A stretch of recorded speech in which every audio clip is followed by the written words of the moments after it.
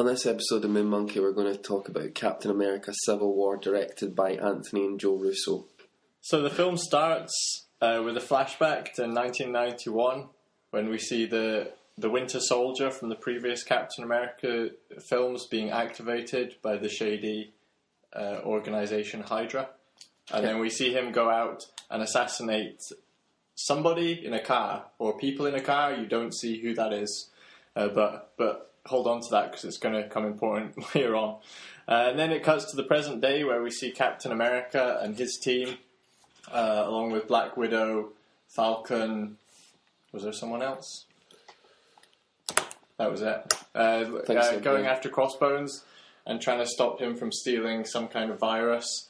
While they're there, or while they're attempting to stop him, they accidentally responsible for killing some people.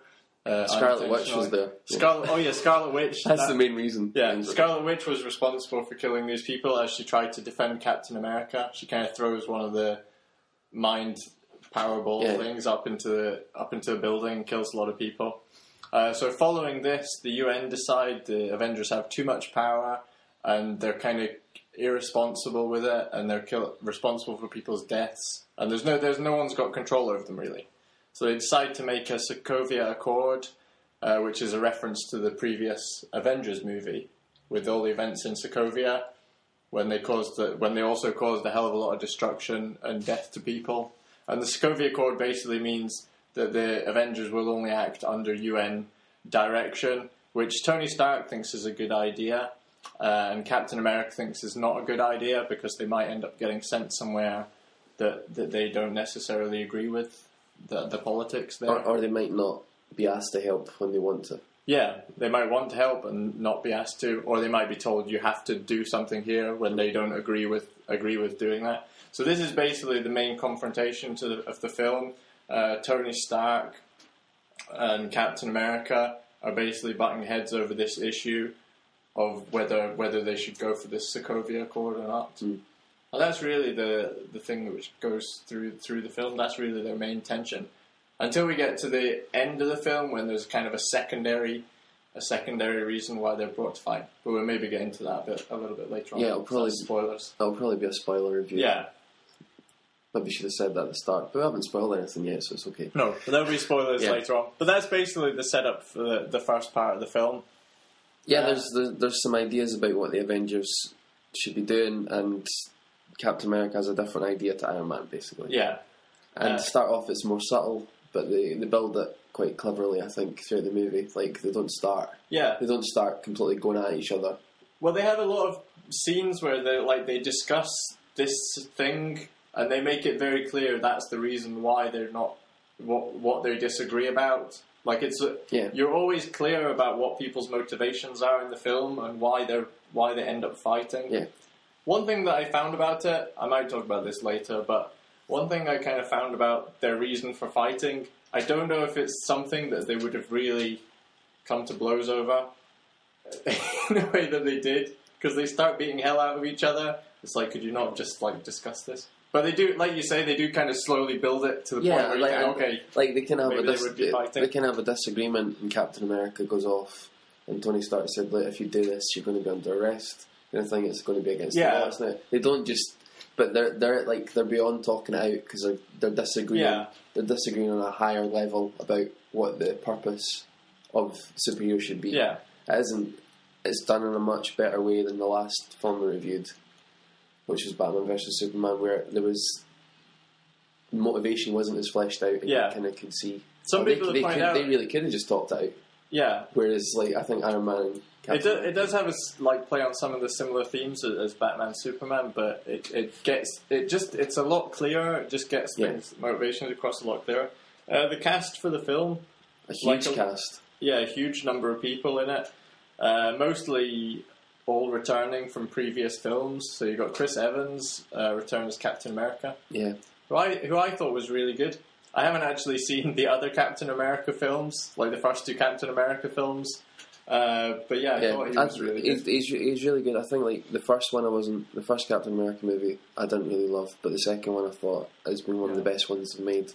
He always seems to me a little bit like the Superman character of the Marvel Universe, like a clean cut and not very interesting. But in this movie, Chris Evans made him quite interesting. I think if you a lot of human moments. If you saw The Winter Soldier, I think it brings more to the character and makes him a bit more gritty. Yeah.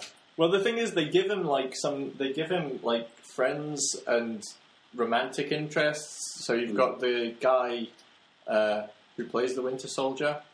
So he's there as like some kind of human interaction for him. Yeah. So you get things like, oh, right, he actually has friendships. And then there's the woman who he knew, I guess, back in the 40s. He goes to her funeral. Goes to her funeral. Spoiler alert. Agent Carter. We did say spoilers as well. Yeah. So yeah, even there you're kind of like, oh, there's an emotional impact. Yeah, he's got a lot going on. Like he's not. There is reasons why he's upset about certain things going on. Whereas compared to Superman, where they just shot Jimmy Olsen in the head and was like never referenced it again. Yeah. It's like, all right, you imagine Captain America has more of like, oh, he does actually have some human emotions. But I think that's the difference. Is they've had more movies to kind of build the reasons and the relationships between the characters. And we've obviously got Robert Downey Jr., Iron Man, who's returning, Scarlett Johansson, Natasha Romanoff. Robert Downey Jr. was good in this as well. Like I think other people have said, he gives a different portrayal of Tony Stark than in previous movies, where he's like a millionaire playboy and really doesn't seem to like care about too many people. But in this, you get the sense like, all right, this is weighing quite heavily on him, the things that they've done. The thing like with the plot of the movie, I would have thought that Tony Stark would have been the one who would have been for like privatization. Like the film's kind of like nationalization versus privatization, but I would have thought Tony Stark would be the one that wanted to operate without government control, and Captain America would always seem to be on the side of government to me. Like it seemed like what I would expect from them, they would have been the other way around. The Captain America would be like, oh, we should be with the government, and Tony Stark would be like, no, we should be working independently. I don't know. It just to me it seemed like they were on the opposite side that you would expect them. I don't know if Captain America's more kind of about like freedom and choice to do what you want. Yeah, I suppose so. To me, he always seemed like a government guy, Captain America. But in this film, I was kind of surprised to find like, oh, he's the one who wants. I think like with the Winter Soldier, the second one, you kind of see a different side of it. Maybe would open it up a little. You've got Falcon, you've got War Machine. You've got a new character. You've got Black Panther. I didn't know a lot about until I seen this movie. I knew he was going to be in it. But he was quite cool. He was. It was interesting, and like it makes you think, oh, that'll be a good. I knew he was going to be in the movie, and I totally, because I didn't really know about the comic, I totally didn't realise that that's who that was when he shows up as his alter ego. But the person that we went to watch this movie with said, I knew that he was a Nigerian prince, so it's like, I knew that was who's going to be Black Panther. Yeah, Wakanda. From Wakanda. And you've got Paul Bettany coming back as Vision. Paul Rudd as Ant-Man. I didn't actually know Ant-Man was in it, so it was a big kind of... I kind of avoided looking at stuff beforehand. I was just going in. He was really good in it. He had a lot of humour. Yeah, to the film, I thought. And also Spider-Man was in it, who had a lot of humour. The new guy, the new kid. I thought with those two characters, especially Ant-Man and Spider-Man, because a lot of people have been saying since Deadpool came out, how are these movies going to manage to stay serious after Deadpool ridiculed so much about the movies? But with those characters, they had that kind of sideways look at superheroes, and they were kind of making fun a little bit about the whole superhero thing themselves. Yeah. So I felt like that was a good character. I think like Marvel always has a bit of humour in it. Oh. So those were they don't take themselves too seriously. Because this movie never got too dark, I think, as well. No. Compared to Batman Superman, which was trying really hard to be. Yeah. And didn't really fulfill it, and this one was kind of a bit more... Yeah, this one, some of the things that happen, like in that final fight scene when they all get together, some of the stuff that Ant-Man does and Spider-Man does is so ludicrous, which works in a comic book. But I thought it worked really well as that scene at the airport, if you're talking about that one. Yeah, but it's the fact that, like, Marvel seem to have got the idea that you don't need to take that seriously. Like, one of them is as a Spider-Man, He's flinging webbing out, and one guy is a guy who shrinks down to the size of an ant. Like, I imagine if this had been like Zack Snyder, he would have been going so serious and like, oh, like it's all really dark.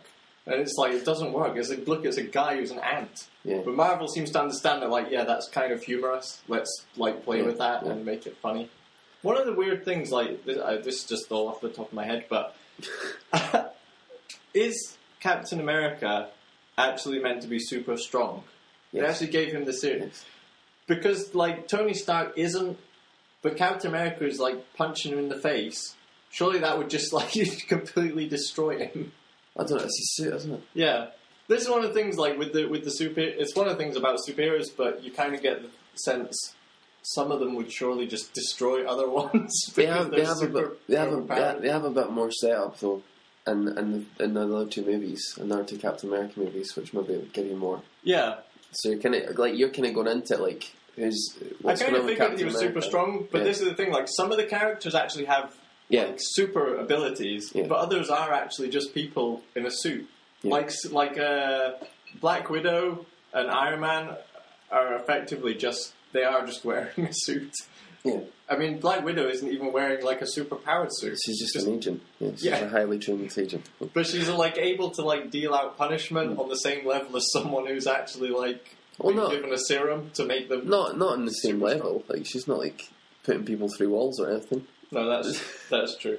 She's holding her own. There's one of the things, like, at the start, because the guy was talking about, like, oh, you've all got, like, superpowers, but not all of them do. Some of them just have a suit that makes them fly. Like, they can't fly if they didn't have the suit on. But I'd say I suppose, superpower. The superpower is, like, that they've built that suit, I suppose. If you're flying around Iron Man. The only one who really has superpowers is, like, Scarlet Witch, Vision, I would just say, has superpowers.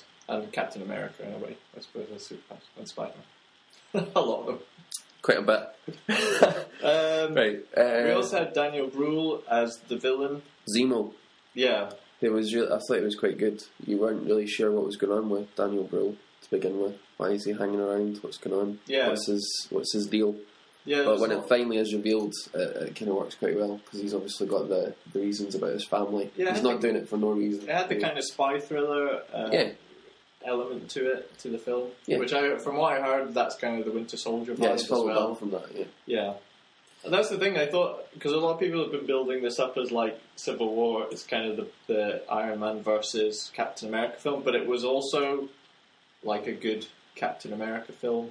Like, because it was following on from Winter Soldier, it was kind of... Captain America was kind of the main character. It was, but I felt like they could have just called it Civil War because it had equally as much Iron Man as it did Captain America. Yeah. So for it to be you could have said Iron Man Civil War if you really wanted to, but I think they could have just called it Civil War and people would have still. I suppose the Captain America comes because of the story with like you've got Bucky and you've got the funeral and you've got and Hydra, like the Hydra thing is they've got all that, but this film did a great job of like we said, there's a huge cast in it, but it did a great job of giving them all a little moment, I thought, and also a lot of like moments where they were just talking, they weren't just fighting, which I thought was really good. Yeah, because it builds character, and you think, "All right, now I understand where they're coming from." Yeah, like I really like the stuff with Wanda and Vision. Just chatting away, building a bit of like. I don't know if it's romance, but there was a nice interaction. Yeah, they had Wanda, but he wasn't wanting her to leave the compound, and so he's just kind of like. Yeah, they had the kind of relationship. Everybody's scared of her, but he's not, and I like that bit of it. But yeah, they like everyone, like even Black Panther, they like had enough time that you understood why he's fighting and what he's doing. Yeah. Even though he could have just been thrown in as like, oh, here's like a nod to the fans. They totally there was a reason for him to be there, and it was a very good one. And like the same, like I was saying with the fight scene, like it could have just been a mess. And like you don't know what's going on, but I felt like you could follow it all the way through, and you knew where every character was and who they were fighting. And also you got to see a lot of different like matchups, which I thought was good. Like each character took on like a couple of other characters, which I suppose is like fan service in a way. Cause it's like, oh, I've always wanted to see those two characters fight. Yeah, so it was. I think it was a big moment for a lot of people. I really like that. Tom Holland was great as Spider-Man. Yeah. Obviously, like the third Spider-Man now that's been on film, live action films. I think a lot of people are worried that it's just another Spider-Man. Yeah, there's been a lot of Spider-Man over the years. Yeah, but I thought it was good, and they kind of got him with kind of youthful naivety. Yeah, it was a bit like much younger Spider-Man. He had some good moments, some funny things. He was a bit annoying, but I think that's just because he's quite youthful. He only annoyed me one bit where he was like, "Stop! You have the right to remain silent." And I was like, "What are you talking about, Spider-Man?" That bad actually, but I was like, "Oh, that's just Spider-Man. I'll let it go."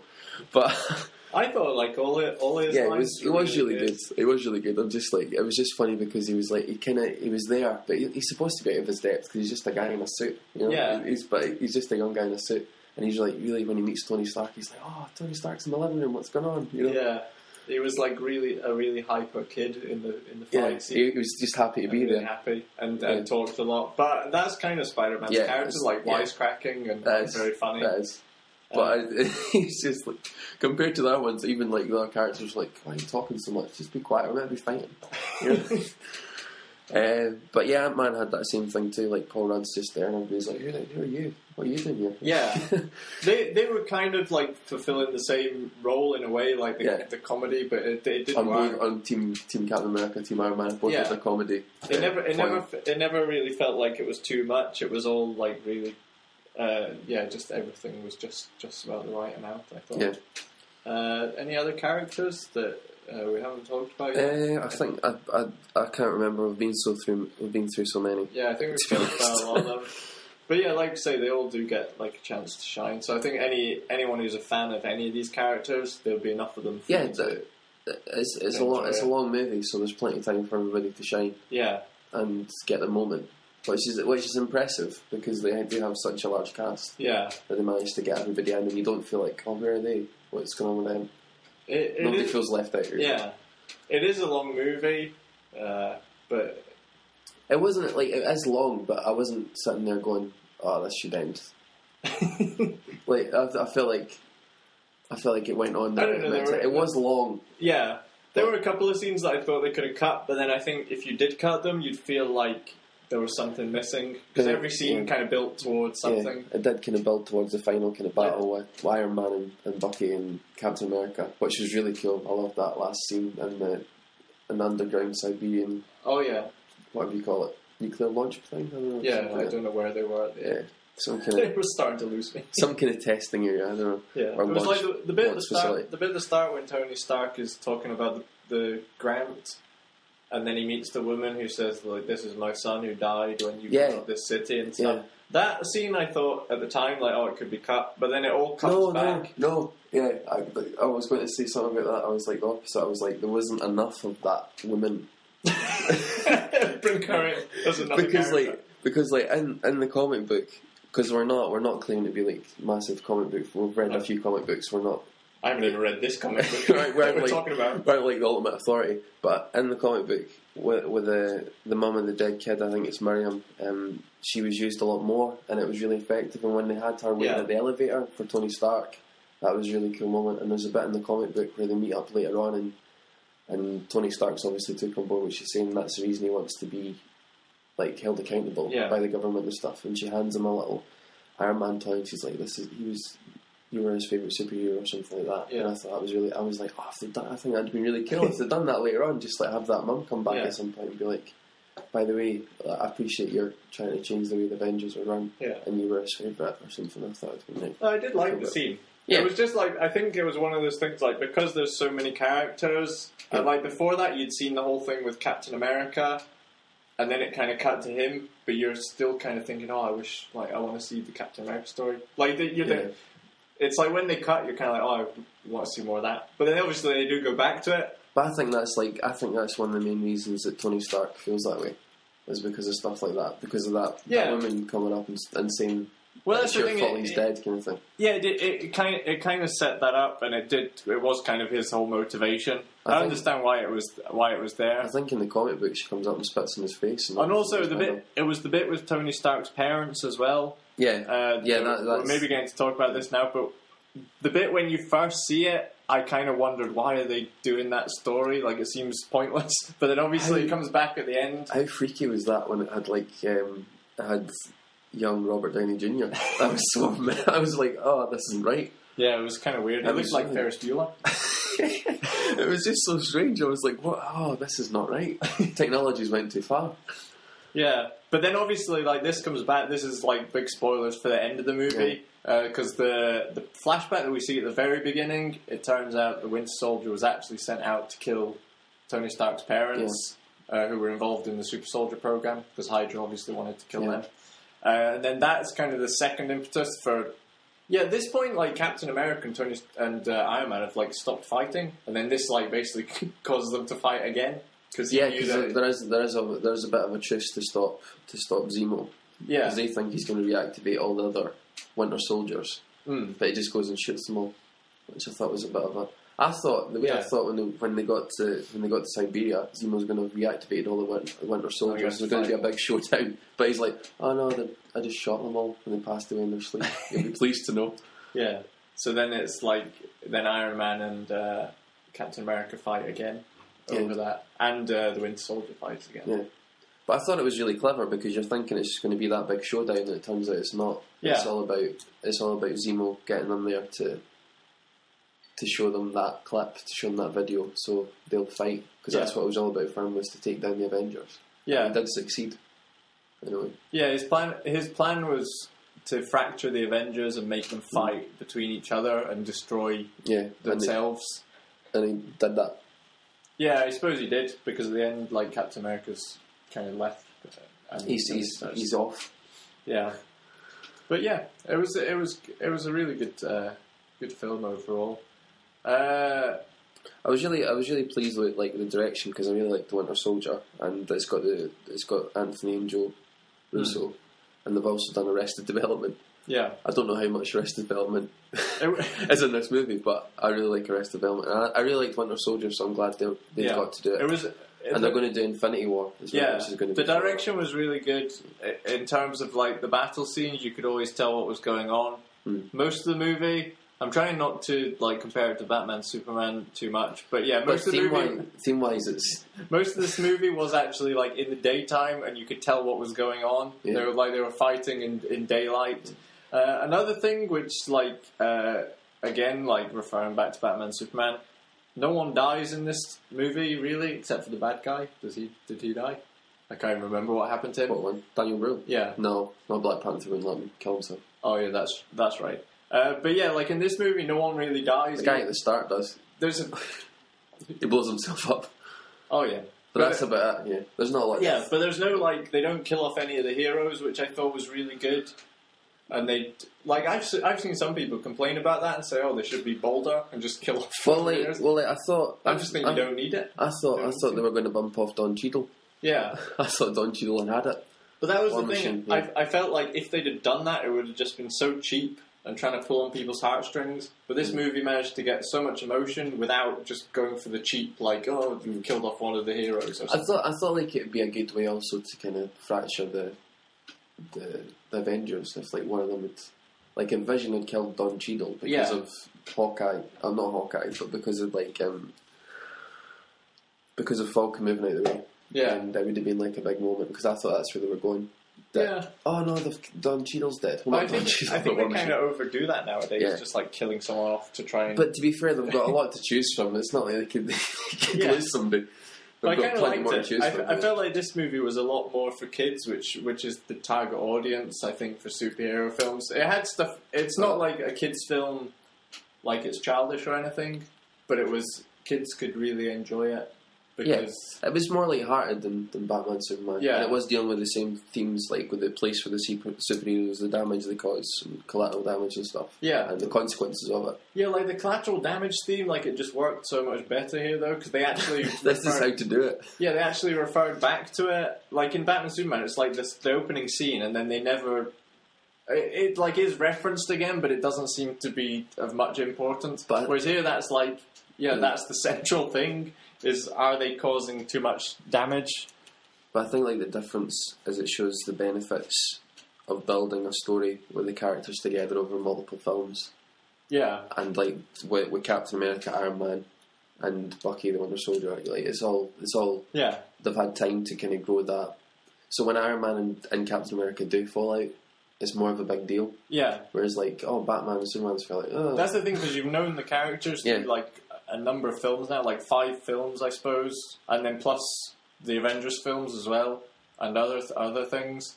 So yeah, because they built them up, like it's a big moment when that happens. Batman Superman, it was like the first time you've seen that Batman, so it was like, all right, then now they're fighting, but I don't really know. It's the first time it's the first film they've both been on screen together, and they're fighting. Yeah, and admittedly, it could have been solved with a conversation. Yeah, it feels like it could have been. Whereas this one feels like no, they're beyond talking now. They've properly fell out. Yeah, over a lot of stuff. But in this one, that was the one thing is like they're obviously not going to damage each other.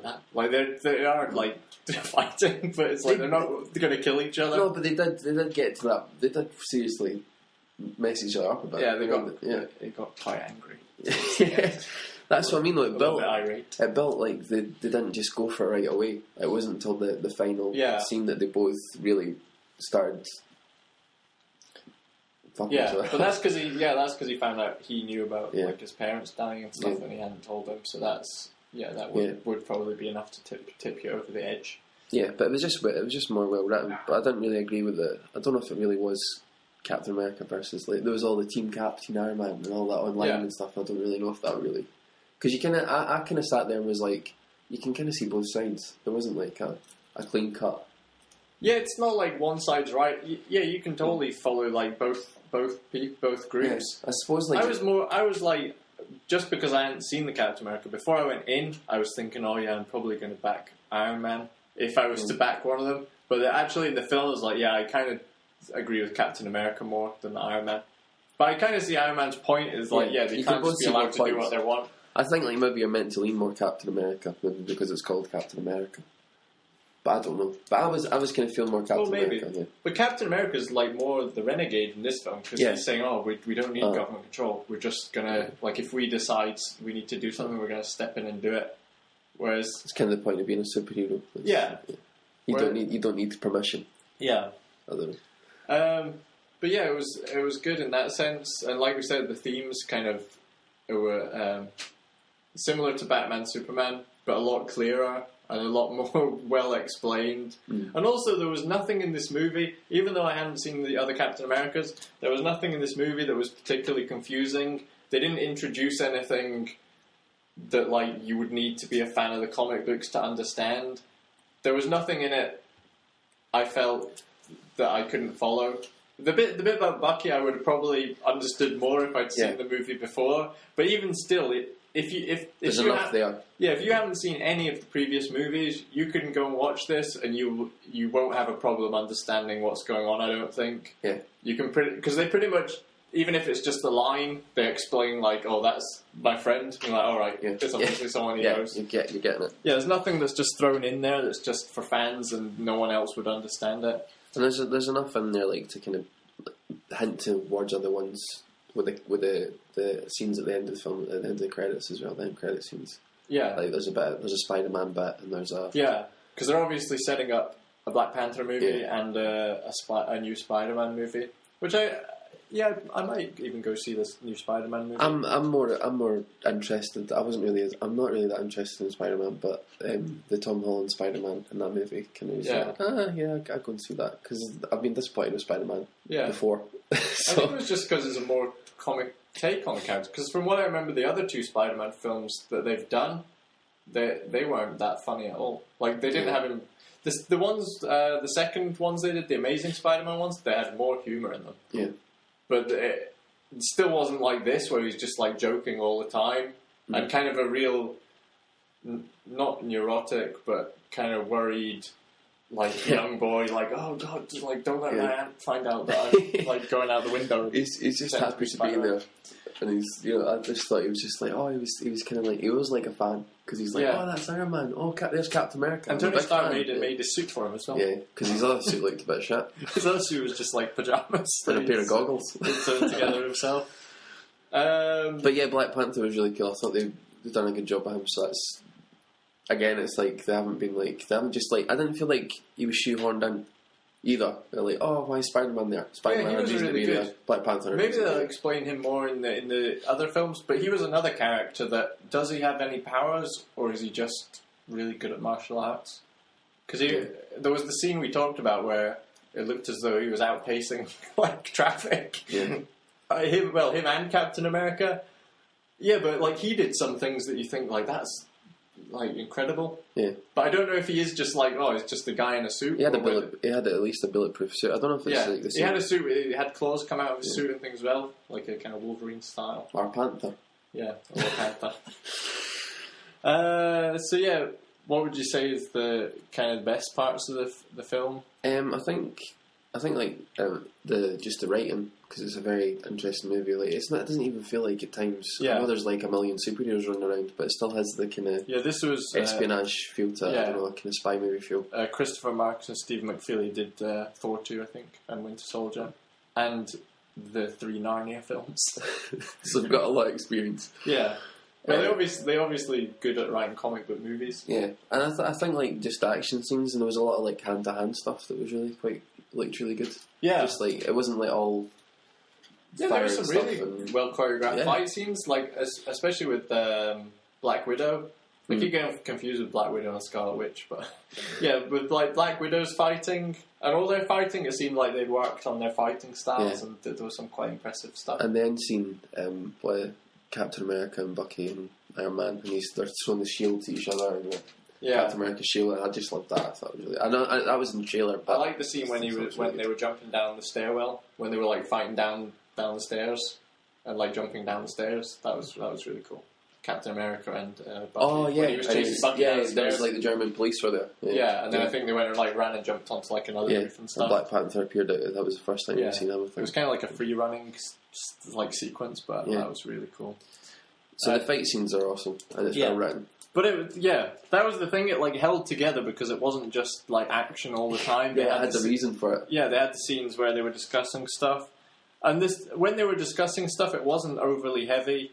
It was it was quite political, but I feel like anyone would be. It was simple enough that anyone would understand that motivation. It wasn't overly. It didn't go too deep, but had enough there to justify what they were doing and why they were doing it, kind of thing. They set it up really well. Bad things? Any bad things? Bit long, but then it has to be because you've got that many people on screen. I think it was quite long, and the other thing is, it is like comic book movie, so you have to take that on board. That it is kind of meant to be fun and just like superheroes fighting each other. Yeah. So that's the only thing. Like I would say that like it's not like we said, it's not that deep, but obviously it's not going to be when it's superheroes. I do think like. The last two Captain Americas have had a lot more depth, though. Yeah. Compared to other ones, because I don't know if it's like the writing or directing, but it just feels more substantial, story-wise. Yeah, this one is just like, I guess, because they had a lot of characters in it and they had a lot of things to get through, so it's... Yeah, but you can understand why it's long. But I was never sitting there going, no, this is really boring. But it was quite a long movie. I don't know how long it is. Do you know how long I think it's about 2... I can't remember. It was about 2.5 hours, wasn't it? 2.5 hours, I think, almost. Yeah, it's over 2. Yeah, it was quite long. Yeah. One of the things was like the villain in it. Like we said, when they got to the place, they didn't fight the other Winter Soldiers. Like the villain kind of faded into the background to let Captain America and Iron Man fight. Yeah. I suppose it wasn't what he was about though. He wasn't wanting to unleash those people onto like. The world. He was just wanting them to break up. But that was the thing. It's like it was better than the Batman Superman. It was like, oh, let's throw in a huge villain for you both to team up and fight. It was like, well, no one wants to see that. Because they want to see Captain America and Iron Man fight. It was their civil war. It wasn't about another thing like just Chuck and Doomsday. Yeah. It was like they were. Yeah. Having a showdown at the end. It wasn't like them fighting someone else. And it'd be like if they chucked another character in there for no reason at the end. But it was really good, and it kind of leaves it open. Like I guess they're going to come back together in the next film. I guess they're going to do like another film where it's all the Avengers together. I have no idea. The chronology of what's going on? I guess like that's going to be the next thing. Well, I suppose they got Black Panther set up, and they've got Doctor Strange is coming out. Doctor Strange, they've got Spider-Man set up. The Infinity War, they've got loads coming up. So. But they left this kind of open-ended. It was like, at the end of it, you felt like it was mostly resolved. They kind of like, they could get back together. The door's open for them to they'll need to get back together to fight certain people. But yeah, I would definitely recommend this film to pretty much anyone. Like, would have a good time at this movie. Yeah. You don't need to have seen all the other ones to enjoy it. No, because you enjoyed it. Yeah, and you've not really been interested in Captain America, but it was still, it was good. Yeah, it was enough in it for everyone to enjoy. Remember to subscribe at the bottom of the page and follow us on Twitter and like us on Facebook. I'll be back with another episode when we find a film we want to watch.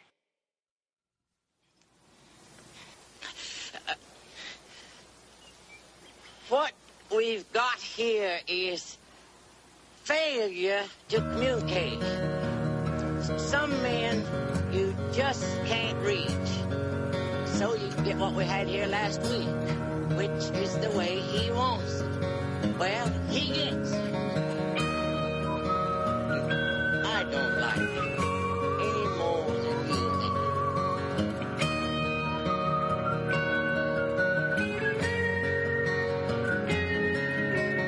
Look at your young men fighting. Look at your women crying. Look at your young men dying, the way they've always done before.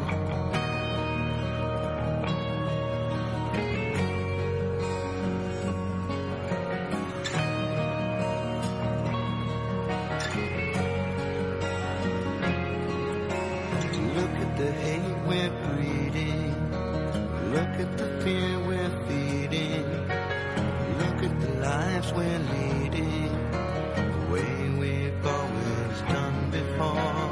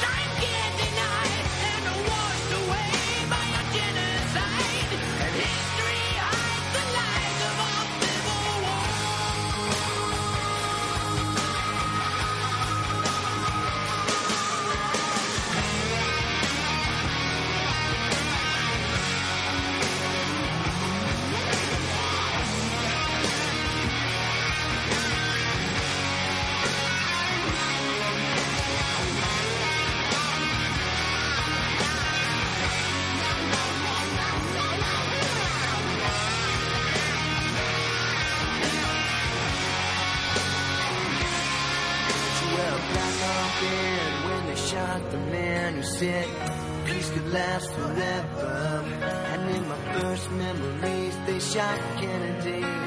I went numb when I learned to see. So I never fell for Vietnam. We got the wall of the sea to remind us all that you can't trust freedom when it's not in your hands.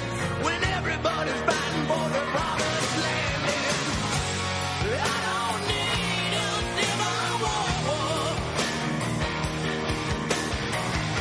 It feeds the rich while it buries the poor. The power hungry selling soldiers in a human grocery store ain't that free. I don't need a civil war.